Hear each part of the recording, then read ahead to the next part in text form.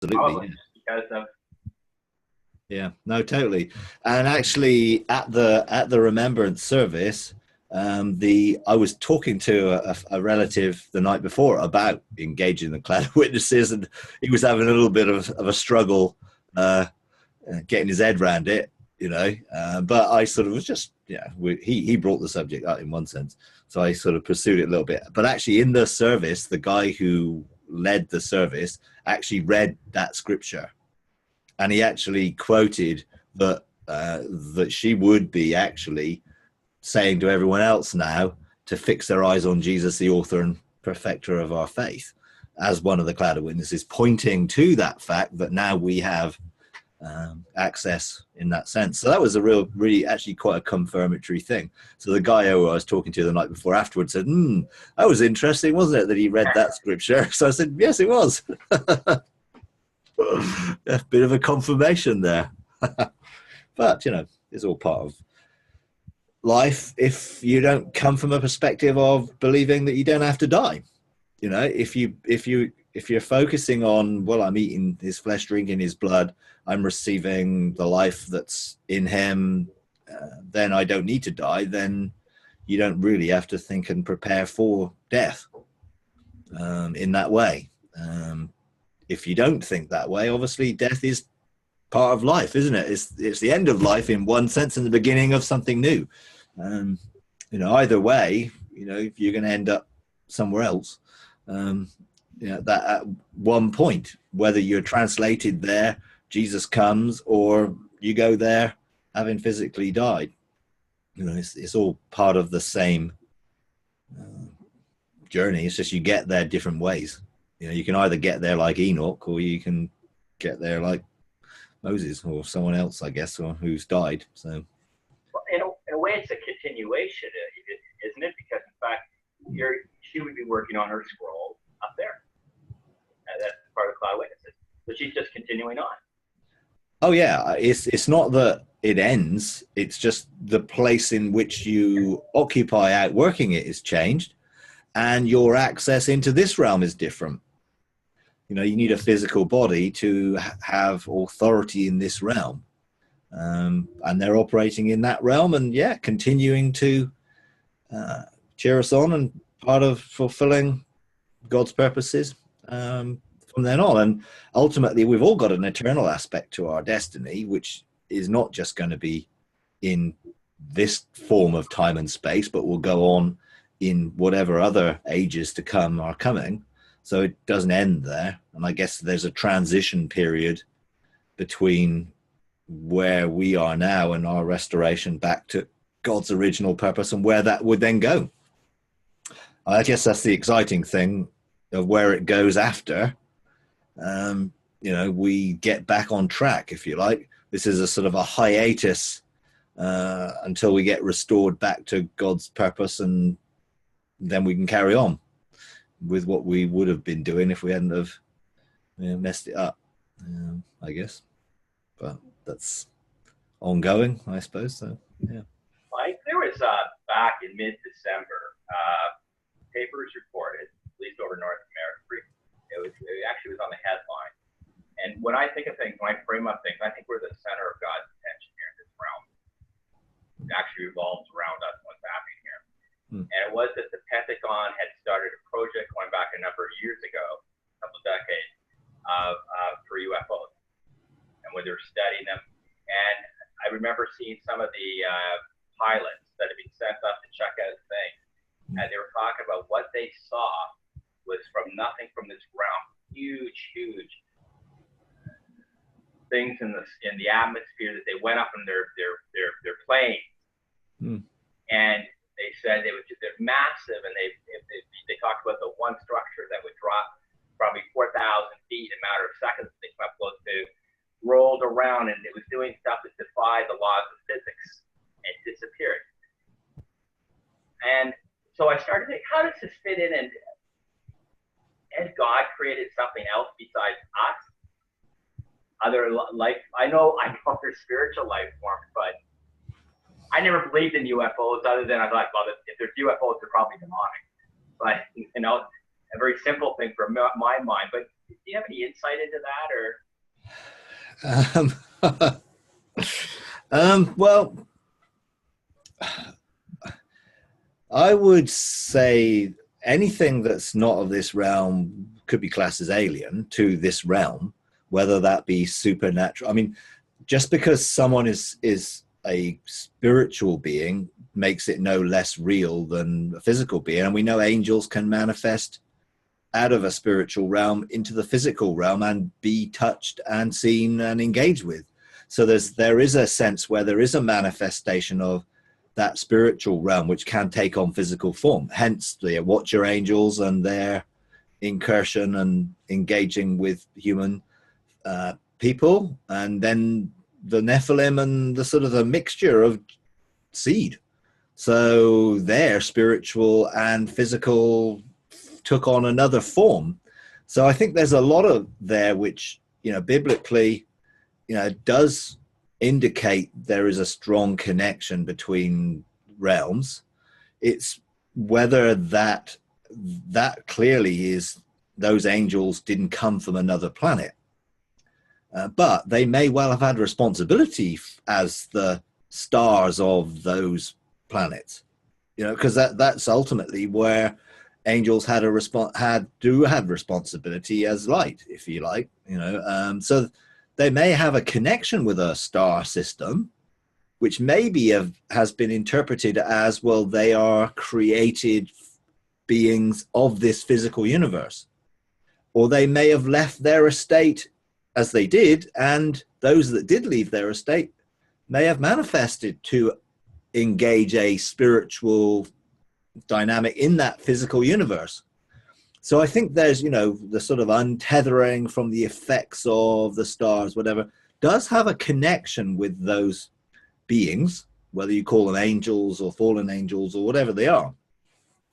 The question would be, did God actually create other races in this physical realm? I do believe that there are definitely dimensional races.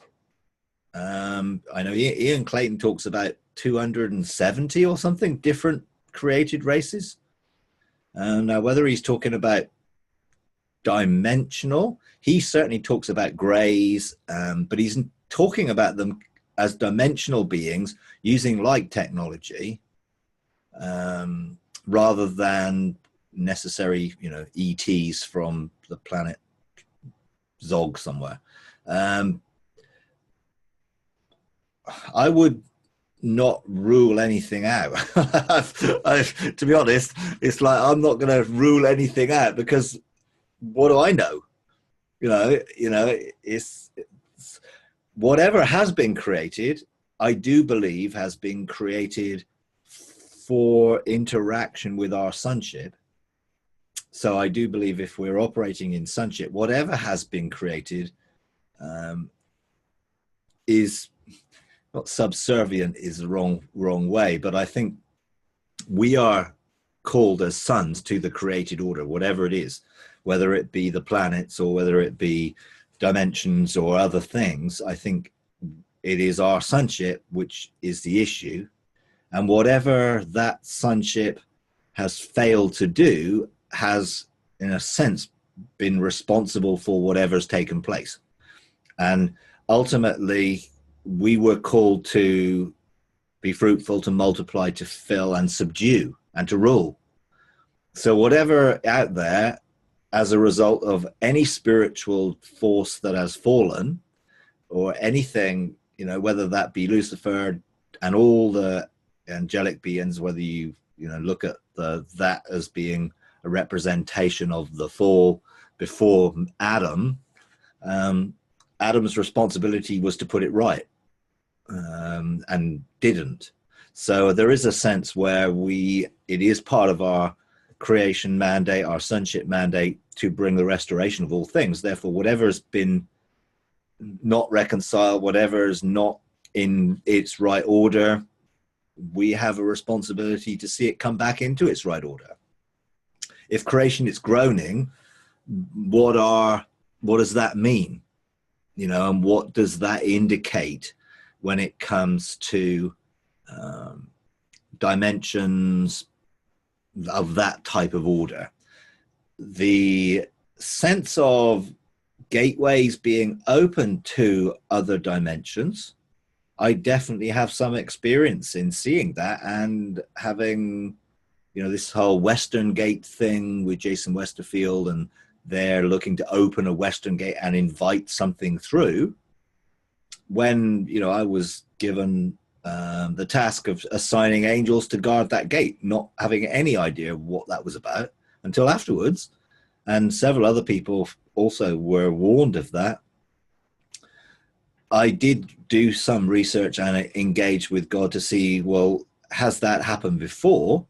And in recent history, yeah, that's happened twice in the last century.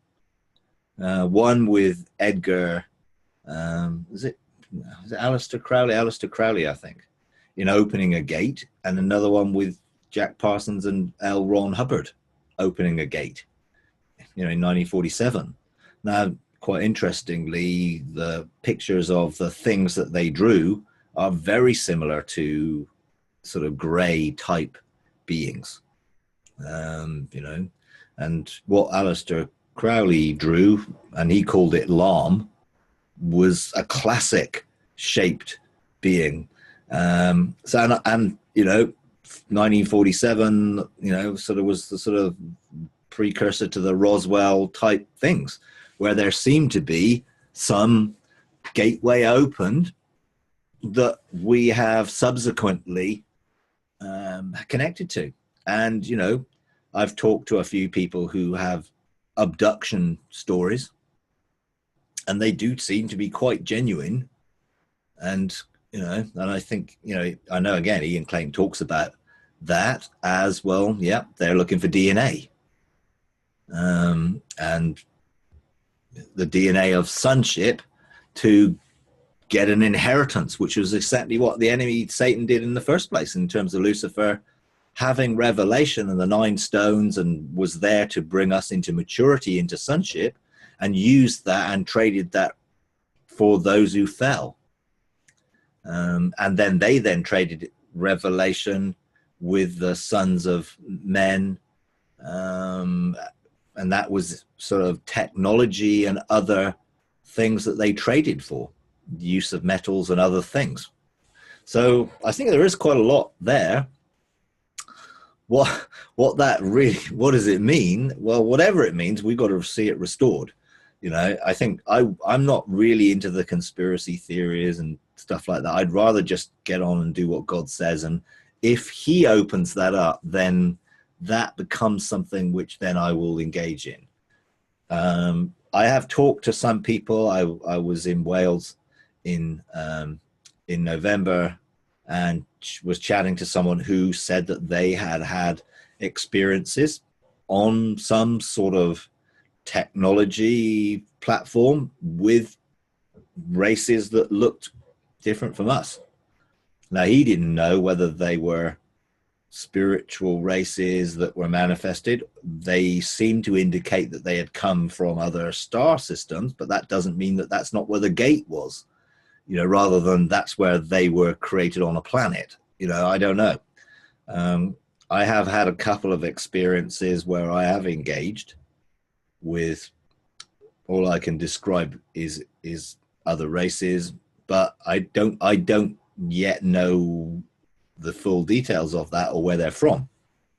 But whatever it is, my interaction with them is that they're lost and looking for help. That's the sense I got when I engaged with them. They're asking for help. They're looking to the sons of God to help restore things. But what else is out there, I'm not really, too sure. I mean, those who sort of come from there's billions of galaxies, and therefore trillions upon trillions of stars, therefore there must be, multi-trillions planets, some of them must have life. I don't subscribe to that just on the fact of, numbers game. It's totally to do with whether God created any life or not. And if he didn't, then he didn't.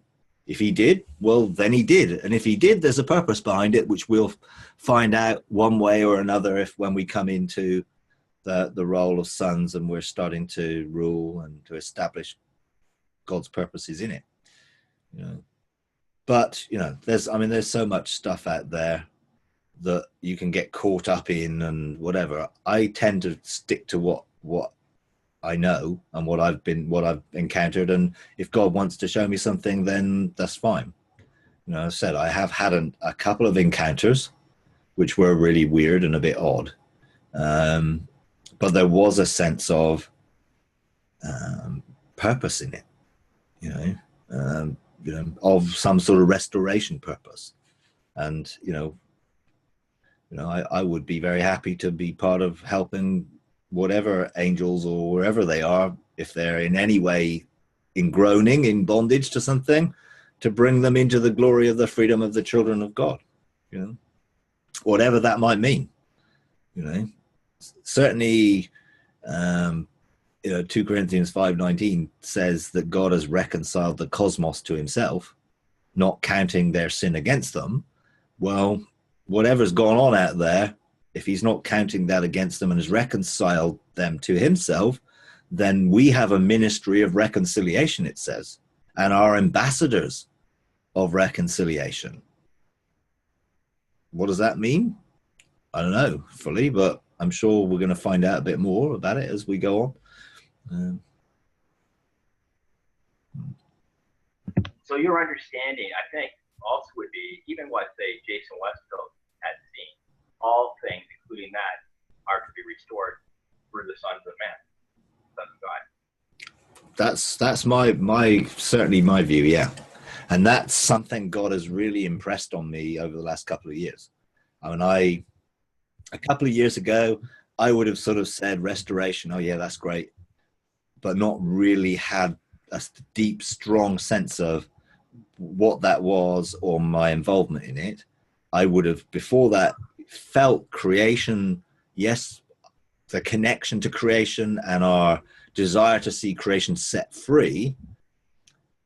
And I think that is linked together with restoration, and you can't have one without the other.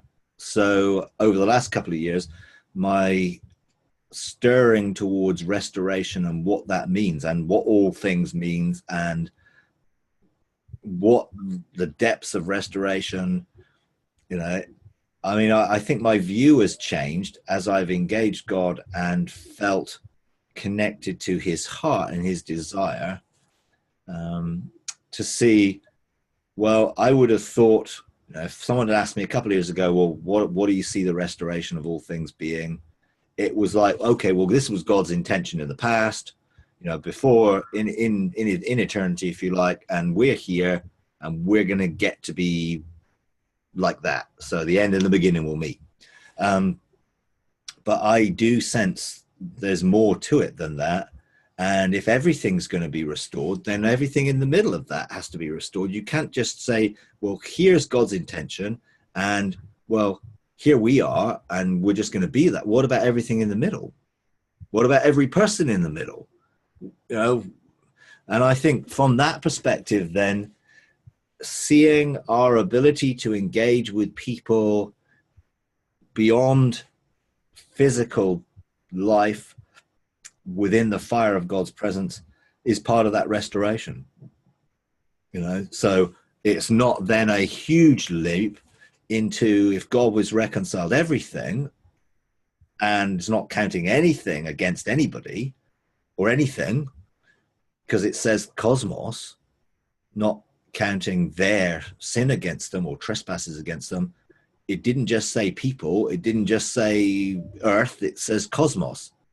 So I think the depth of what restoration is goes beyond my present understanding, but I certainly feel that it is much broader than I anticipated it being, and I'm getting more drawn towards that in a sense of legislating for it.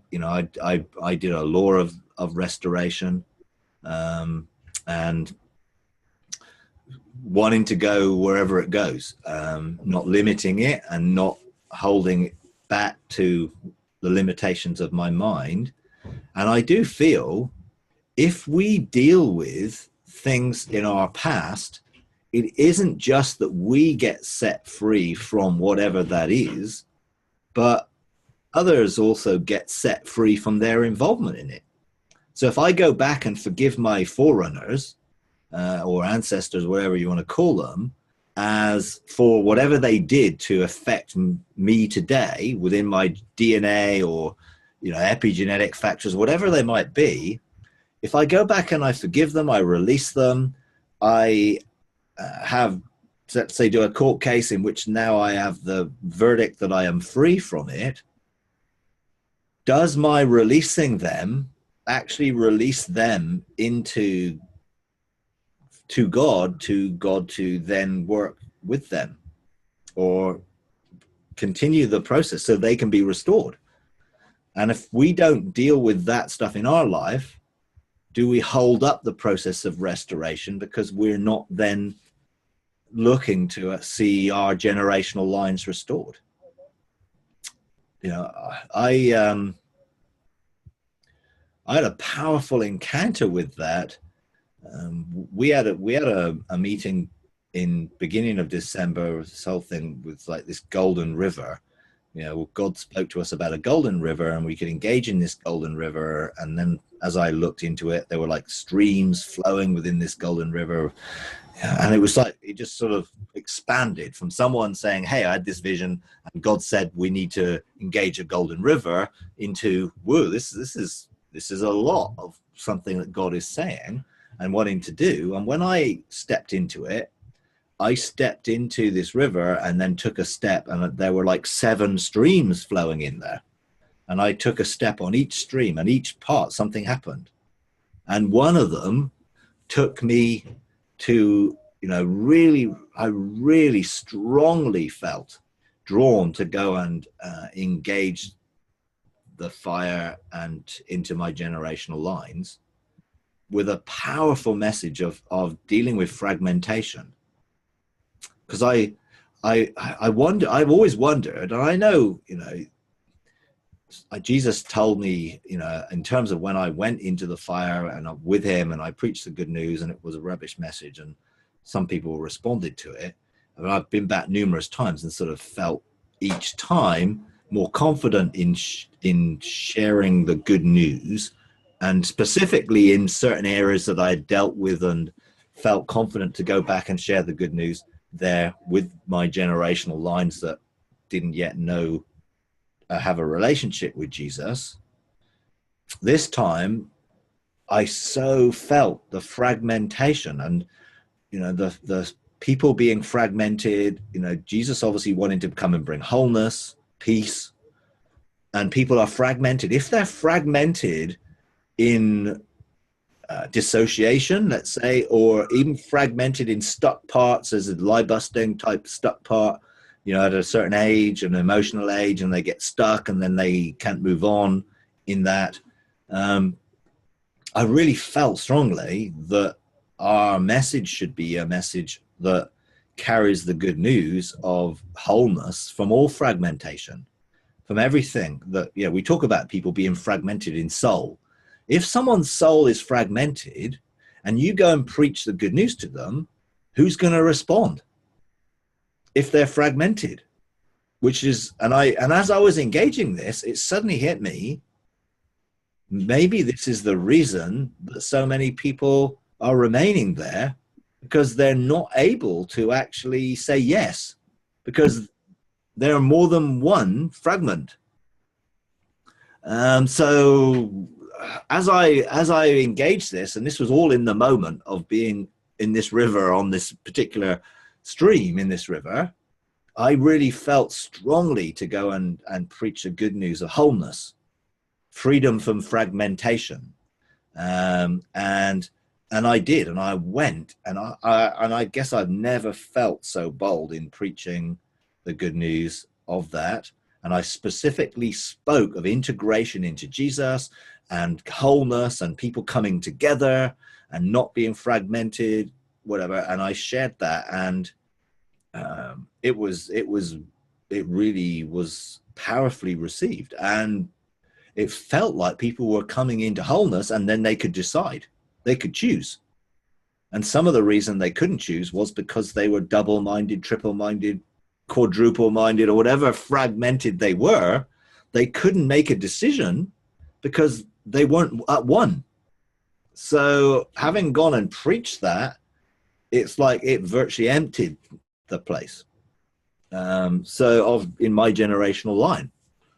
And when I came out of it and took a next step, I was given a mandate to go and engage other people groups outside of my family lines, which I had never been before. So I think now, knowing what I know, restoration, reconciliation, bringing people into wholeness, into peace, into oneness, into unity, all those words take on a sort of a wider and broader dimension than I ever imagined. And it isn't just like, well, I'm going to be reconciled to God, or God is reconciled to me. It's I need to be reconciled within myself and brought into wholeness, so that I'm not, fragmented within my soul. And I guess dealing with the gateways of our soul, all that is part of the process of bringing us into wholeness, so that we're not double-minded and we're not fragmented ourselves. And therefore we have more authority when it comes to sharing that good news with others, because we have a testimony of how that's worked in our own lives. So I do have these mandates to share with some other groups of people, specific ones, which I can do. And that's when, on another one of these streams, I had this encounter with these other beings, races, I don't know who they were, but they told me their names and their races and whatever. I just sort of was a bit like, oh, I'm not sure I want to go here. So one of those usual things, just like, God, really? But you don't really get a choice. It's like you have an experience, an encounter, and then you're like, well, am I going to deny that? Or am I going to look to see what does that mean? And what does God want me to do with that? So having been given this other mandates, then I had this experience, and I'm, talking to these people and like feeling their lostness, feeling their pain, feeling their separation and hopelessness and despair. It was really not a nice, picking up what they were feeling was not very pleasant for them, obviously. I mean, I'm feeling what they were feeling, and they were looking for help. So, well, I'm not going to turn around and say, no, I'm not going to help you. Neither am I rushing into it either. So I'm sort of still weighing it somewhat in terms of, well, okay, what do I have a mandate to do, and what does that really mean?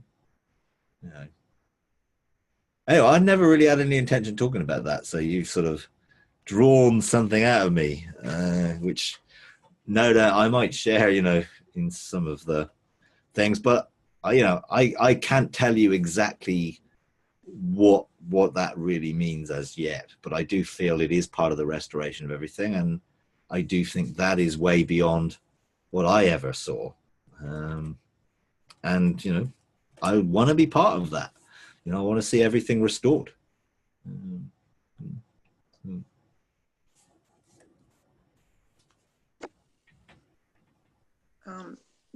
Mike, years ago, you had said about sending out that blue light.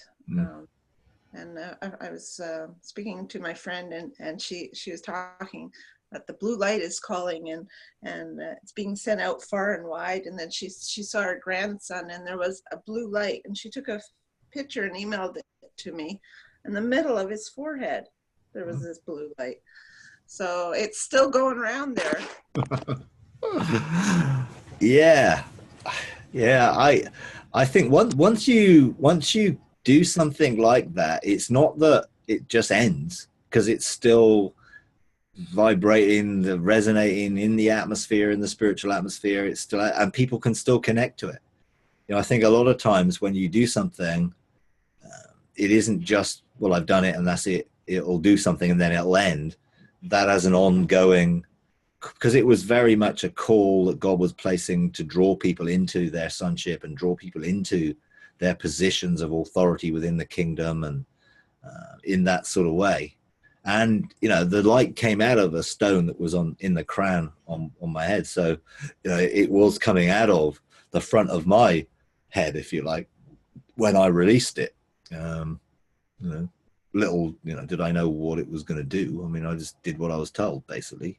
But it is still there. There are still testimonies of people encountering it, and I'm sure other people probably had a similar mandate to release other things that people are connecting to.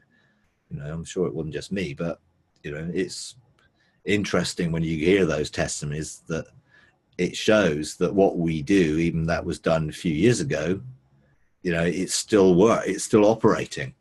What we decree, what we're calling forth, what we're sending out into the atmosphere, still operates, because it's like I am releasing the word of God, if you like, his call, and his word doesn't return to him void. It fulfills his purpose. So when we get to speak, heaven recognizes when we're speaking with the voice of God. And sometimes, we don't even have to assign angels to things. They assign themselves when they hear God's voice. And when we speak it, they get involved in what we say, because when we speak as a son, it's no different than Jesus speaking as a son to them when they're hearing what God says. When we talk nonsense and drivel from the DIY tree, they don't hear it. It's not something they respond to at all. And the other side may do, perhaps, here when we start talking from that path and respond. But it's a negative response, obviously. They get behind our negativity. But heaven doesn't respond to our lack of sonship. It responds when we operate in sonship. So, yeah.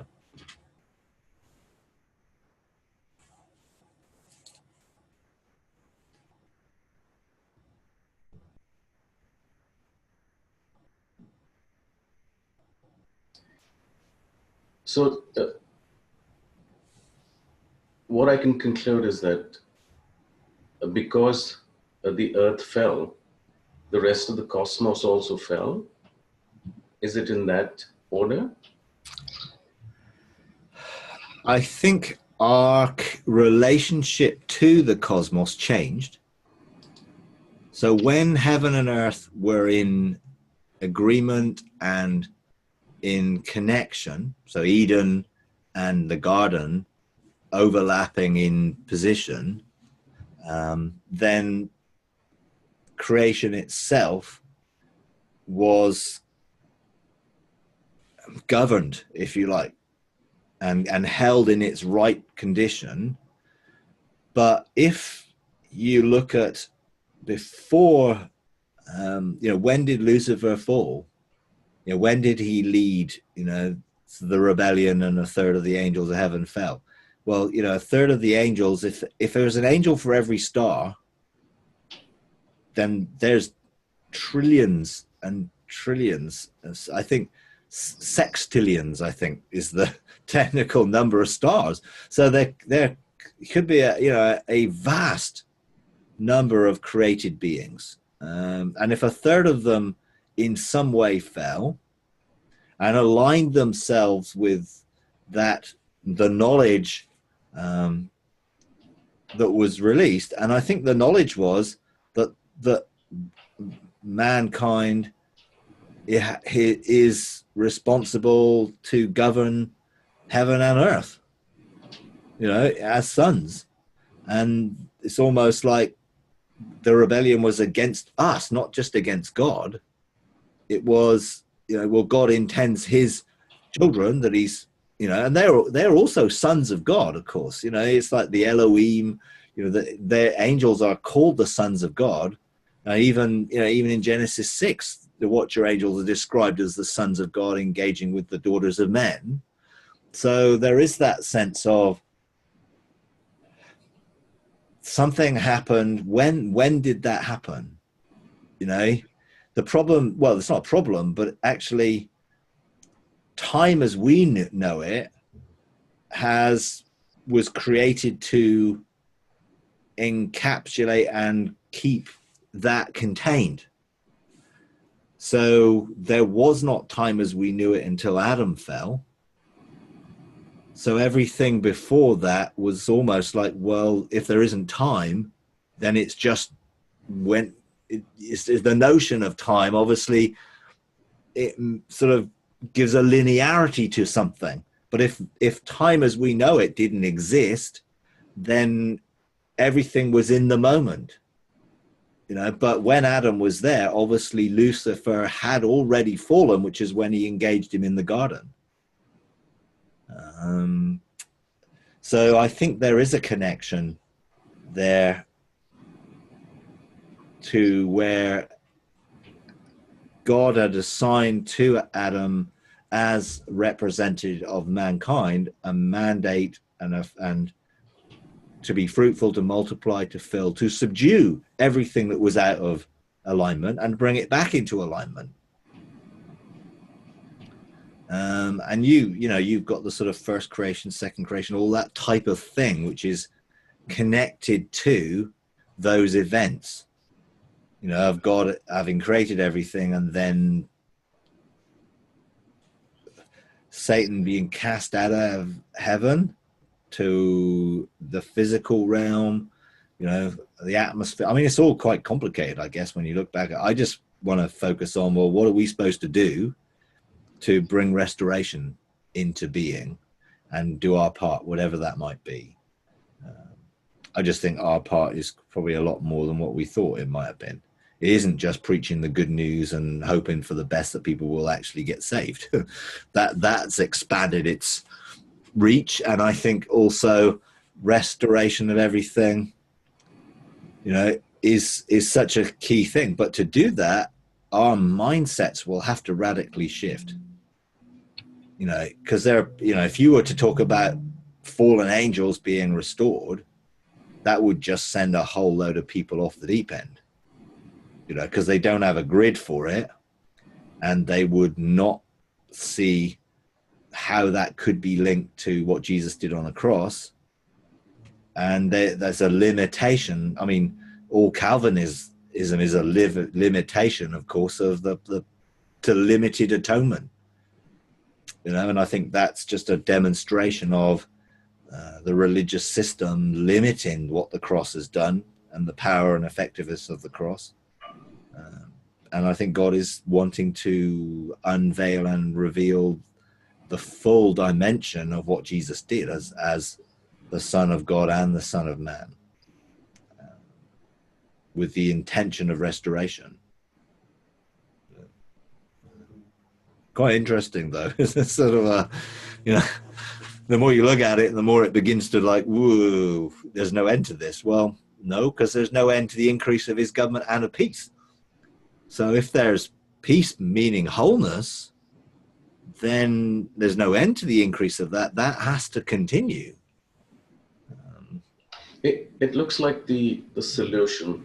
I have to have the mind of Christ. And then it looks like we have to have this collective consciousness. The entire earth will have to have the consciousness of Christ because we are in him. So eventually the restoration will be the collective consciousness of the earth. I would say yes, and more. So whatever's beyond that. If everything is going to be restored, that is everything that has been created. Otherwise, it can't be everything. All things. What is all things? And you can go back and it says all things as spoken of. I mean, I read that totally wrong for a long time. I thought, it was all things that have been prophesied. But when you look at it, it's all things that those people had talked about, which was the restoration of all things. That he was just saying that this is not just a newfangled idea, this is something which has been spoken about right throughout the prophetic record, that God's intention was to restore all things.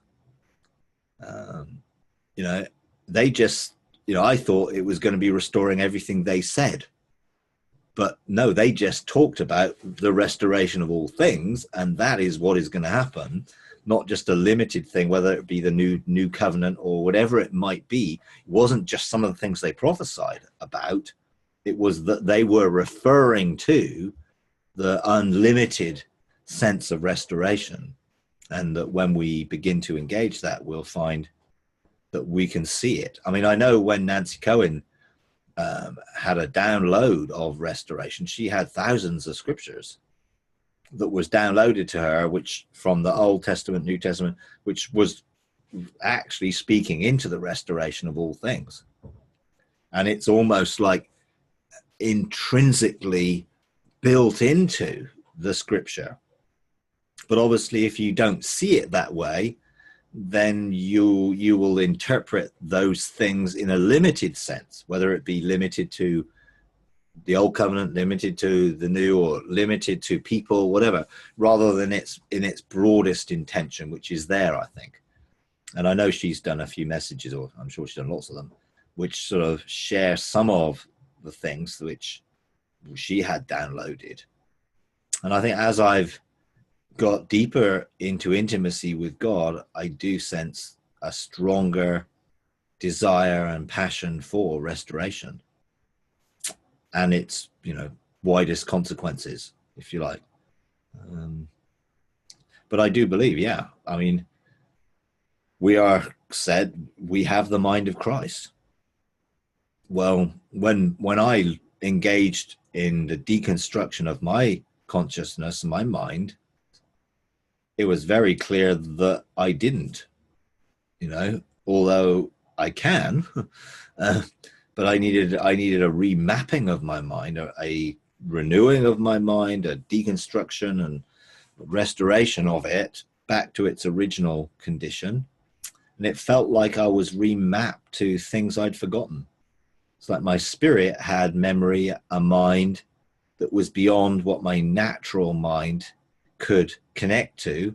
And when I started to reconnect to that, it began to expand my consciousness to the realities that were beyond what I had physical memory of. And then I started to reconnect to my memory of before, of what I was and what I was doing. And that stirred me, and with greater passion, to see everything restored, because it was like I was around spiritually before it got messed up. So I started to connect to the heart of God for it, and had a greater desire. I mean, it did turbocharge my desire for restoration, and whatever that means, you know. But what is a restored consciousness? Does that mean that we'll all think the same? No, I don't think so, because I think it's beyond that. I think it's having the connection to God's heart and God's desire, which will bring about, you know, I don't think, you know, there's all sorts of ways people look at it. You know, some people look about it, have a hive mind, that, you know, there will be one, we will all have the same connection. I guess, you know, the Borg in the Star Trek universe, you know, you will be assimilated. And there was a conscious connectiveness, but there was still, no, I don't see it quite like that, because we're sons. We're created with purpose and with intention, you know, which is to be part of the whole, but not to lose our individuality, because we've been created unique. But it's like without us, something's missing to the whole. I think that's how I would view it. If there are lots of people who've not yet found their place within the family of God, then the family of God has bits missing, if you like. It's like, if you look at an analogy of your body, if there are still cells missing from the body, if they're not restored, which is different from, I think, the sort of the hive mind type thing. But I can't say I fully understand it without that. But I'm sure we're going to find out a lot more about it as we pursue that restoration process, both in ourselves and being part of restoration. If we're not restored, then our role within restoration obviously is going to be limited to the level of restoration that we've experienced. So I do think there is a proportional sense to it. But, yeah.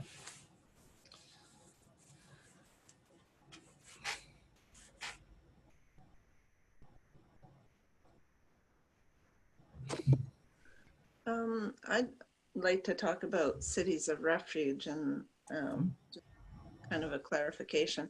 I was listening to someone, they were saying they were building a city of refuge for Texas, but it was done in the heavenlies and it was crystal, but it was, a quarter full, and now it's almost 3/4 of the way built in heaven. And then I was listening on the weekend to Jim Baker, of all people, and Sandhu Sundar Silvering. And they were talking about cities of refuge, and for them it sounded more like they were physical. Like they were talking about Moravian Falls and how those Christians had actually deeded their land to Jesus, that physically. And so when a lot of people seem to go there and feel the presence of God at Moravian Falls in the States, and that Lancaster is a city. And Sandhu was saying that he has a friend that has actually bought 1,600 acres outside of Sydney, Australia. So he's bought physical land for a city of refuge, specifically, he was told, for Jews that to host Jews in the times of persecution that are coming. So to me, it seems like a disconnect that and like Jim Baker, he's off the wall, selling all this prepped food and stuff for times. And I'm thinking, well, our source is Jesus in heaven, not physically on the earth, that we have to buy all this food and hoard things, I don't know. So well, I think there's a mixture, obviously, within all this, because people are interpreting things through the grid of their experience and their theology and their eschatology and everything else. And I wouldn't agree with a lot of what, as you've just said, from a position of believing that those people have heard God without the filters. But I do believe that we do have to establish everything in heaven. And I do believe that those things will be manifested on the earth. So do I believe, I'd rather call them embassies of heaven, because I think the problem with cities of refuge, it does get connected to preppers, and it does get connected to a defensiveness where we will be able to be saved from all these bad things that are going to happen. So we're going to have a place of refuge because the world is going to fall apart. Now, I would see these are places of heaven on earth to expand, where the kingdom will expand from these places to occupy the earth and fill the earth. Because I believe it says the kingdom of God is going to fill the earth. So it's got to start from somewhere. And it starts from those who are living on earth under heaven's government, establishing heavenly embassies on earth for the purpose of colonization, if you like, and expansion, not for the purpose of, well, we're going to get safe and pull the drawbridge up and wait for our rescue. This is not a rescue mentality. This is a sonship, ruling and governing mentality to expand the kingdom on earth as it is in heaven. So there may be people who are buying land or thinking of land, and they may have some revelation, but that doesn't necessarily mean that everything that they're saying is right. Because some people are, if you were to say, it's really funny that someone would do this in Sydney, Australia, or whatever in Australia, because of course, the flat earthers say that Australia doesn't even exist and it's all a fabrication. And they're all lying to you because Australia doesn't exist. I mean, it's bizarre how many sort of weird conspiracy type things there are out there. And some of it, I think, falls into that. I mean, you have a whole lot of other people saying, well, why would Jews want to go to Australia when they can go to Israel? Is not God going to protect them, Israel? Now, my view of that obviously is probably not what most people would want to hear. But essentially, I think a lot of these things are, God will eventually bring something out of this, but it probably won't be what the person is thinking now. Because God gets people on the journey, and he'll use where you are on your journey and the revelation you've got to move you.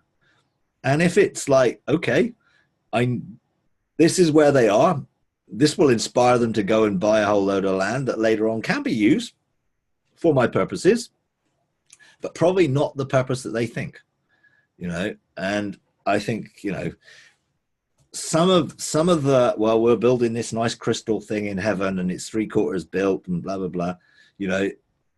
What do they think that is going to do? Do they think then that will come down onto the earth as a crystal city on a piece of land? Or is it a representation of the gemstones of the breastplate, the governmental gemstones, the foundation of the New Jerusalem having 12 foundational stones? That's about crystal. And there's something in what they're doing that they're capturing something of God's government within it, possibly. Is it likely to turn up out of heaven in a crystal form? Who knows? It may do, and it might be quite interesting if it does. I do believe, as we are called to establish these embassies of heaven on earth, we will not necessarily have to use bricks and mortar. And so if we're going to manifest something on the earth, it will have had to have been established in heaven first. Now, does that mean that they've assigned a whole load of angels up there and they've got a whole load of crystal and they're all cementing it together in some way? That seems a little bit fanciful, because it's like, you don't need to have that. It doesn't operate in the same way as what we do on earth. When you decree and declare something in heaven, it can be established. It's not necessarily built. I mean, it's the same thing with people thinking of, well, heaven is filled with all these mansions that belong to us, that God's made for us. I've never seen one. I've just never seen a mansion, because we're the mansions. We're the house of God. We're the place that God dwells. It's not about, we have a dwelling in heaven. The whole John 14, if that's what people are teaching out of John 14, then they've totally misinterpreted John 14 full stop. Because it isn't about buildings in heaven. It's about us being a house of God and him dwelling in us on earth. And we dwell in him in heaven. I mean, everything, John 14 is a really powerful passage in terms of the relationship between the bride and the bridegroom, and I go to prepare a place for you. Well, literally, he was going to prepare us to be a place of his dwelling, like he was the place of God's dwelling, and God was dwelling in him. And then later on it says, on that day you'll know that now, I'm in him and I'm in you and he's in me, and this is a whole new ball game of relationship that's been established through the resurrection. And that was the day of resurrection. That was what he was doing. And that's where he turned up on the day of resurrection, turned up to the disciples and preached to them the good news and left them in peace and breathed on them and said, receive the Holy Spirit. So now that happened on the day of resurrection. Everyone's alive, and able to enter into life, even if most of the people don't know it yet. So yeah, very interesting, these things. I'm, you know, I think some things are figurative and symbolic to enable us to grasp them so that they can be manifested. You know, do you literally think that those people are going into heaven and are sort of building a city with a whole lot of spiritual crystal? Or is that symbolic of what they're doing in believing for, and again, what's its purpose? You know, is this city going to be something that the gates are open or gates are shut? Because the New Jerusalem, their gates are open because people can come in. You know, it wasn't a we're going to keep everybody out thing. It was the opposite. We're going to provide a place where everyone can come in. And I think that's what we should be looking to establish, places where we can find that people will come to be reconciled and restored and made whole and begin to outwork their destiny and be equipped to then extend and expand the kingdom to fill the earth. Rather than it being, you know, well, we're selling you all this. And it's just profiteering, you know, selling people food because of all the bad things that can happen. It's just profiteering. It's no different than send me your money and I'll send you this and you'll be safe. You know, it really isn't what it's about. You know, my view is the worst has already happened in the bad things that are going to happen. Am I saying that nothing is going to be bad? Well, not in the great tribulation, because it's already happened. So will there be shakings of the systems that people are relying in? I think so, yes. Do I think things will be different? Yes. Do I think we as God's people and sons of God will be subject to that? No, because that's why we've got to establish cities of refuge, embassies of heaven on earth. So we are not under the earthly, but under manifesting heaven's power, and therefore can multiply food. You know, it's like if he was teaching people to multiply food like Jesus taught his disciples to multiply food, that would be a different thing than try and get them to fill his coffers by buying, you know, prepper food. You know, it's like Jesus didn't do that, did he? He taught them how to multiply food. You know, so, you know, I really think all that stuff is just a scam, to be honest.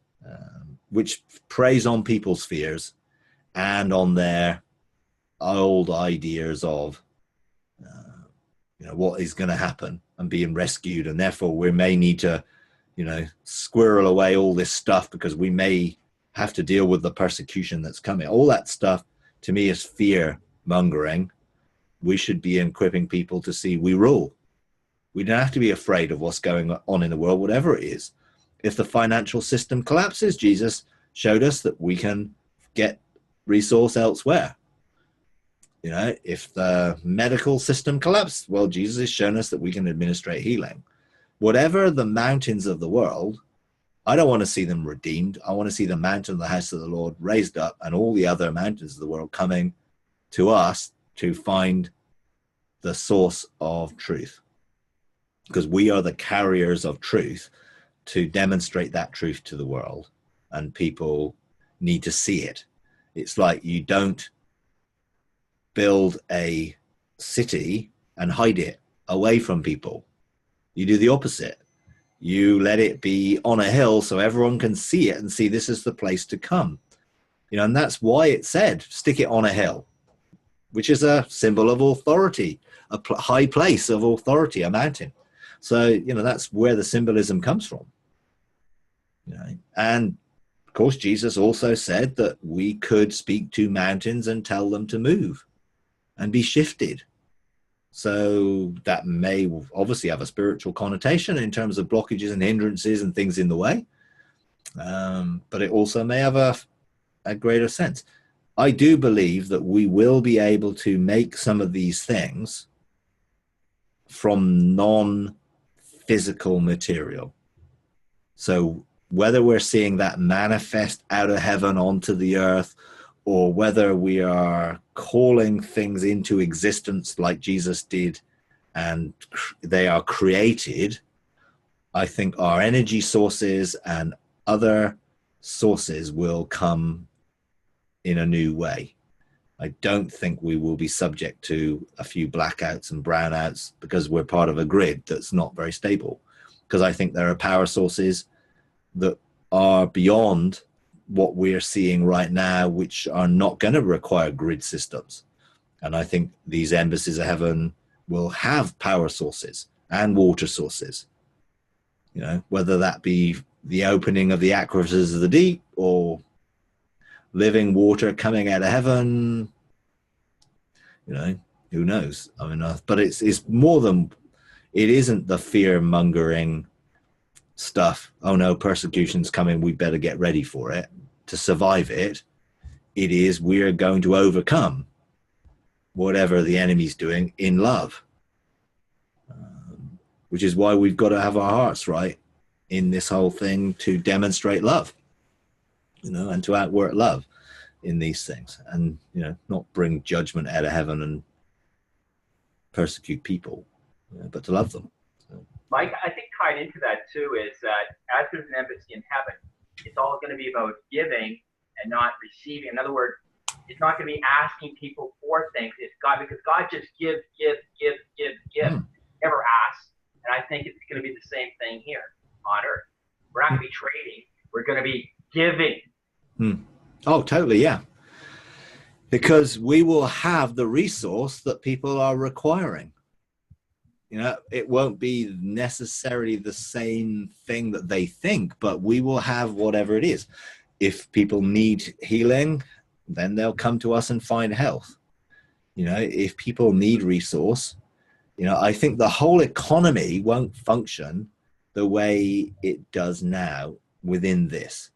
You know, we tend to think of wages. We tend to think of, well, we need to do this to get that. It won't work that way because we'll be operating under a totally different governmental system.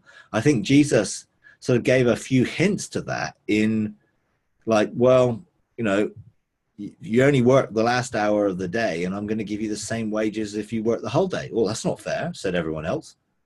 And Jesus said, well, you agreed to do this for this amount and they agreed to do this. What's it got to do with you? You know, and value won't be attributed to monetary position within these embassies of heaven. There'll be a totally different value system.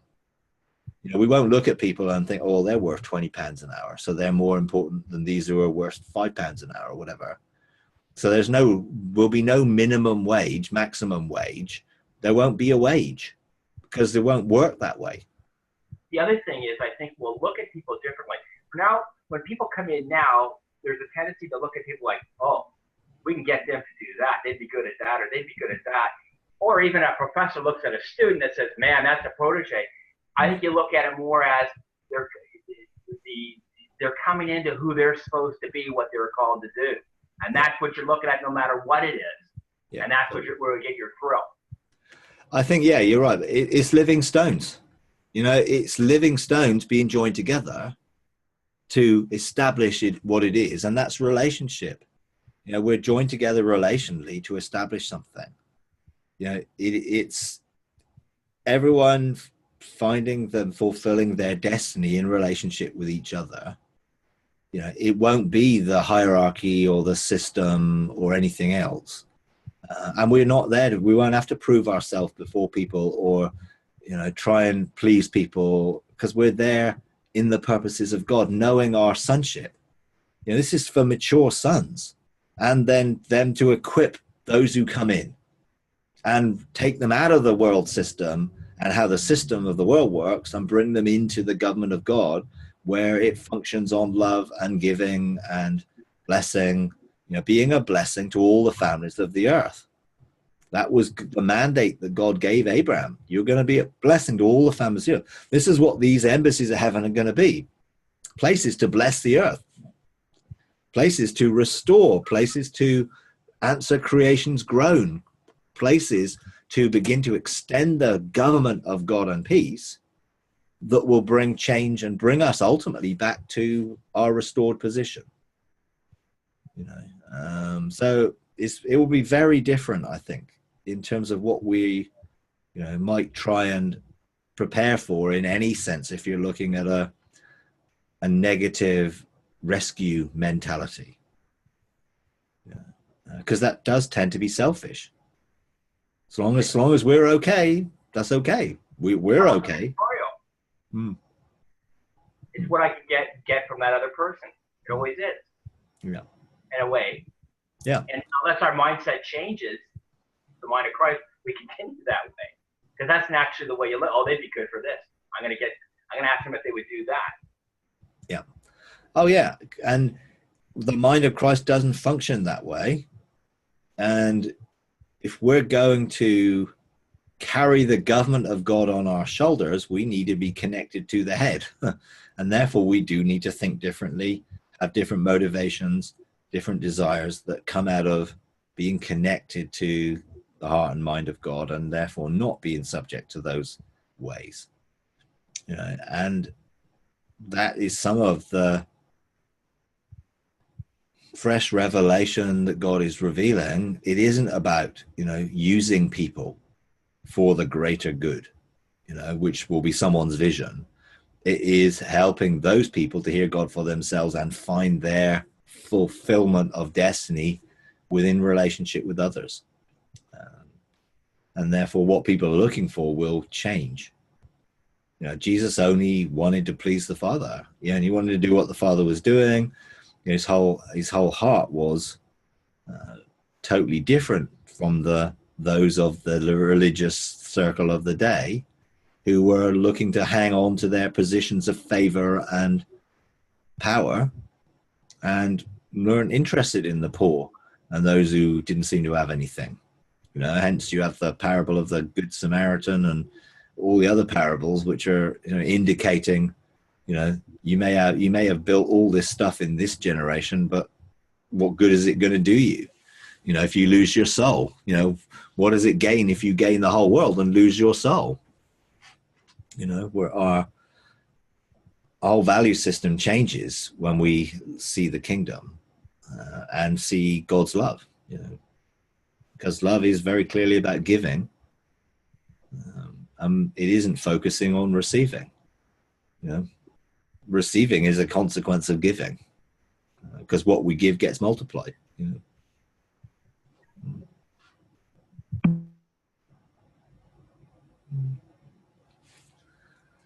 Okay. All right. Okay. All right. Well, we've gone on a bit. So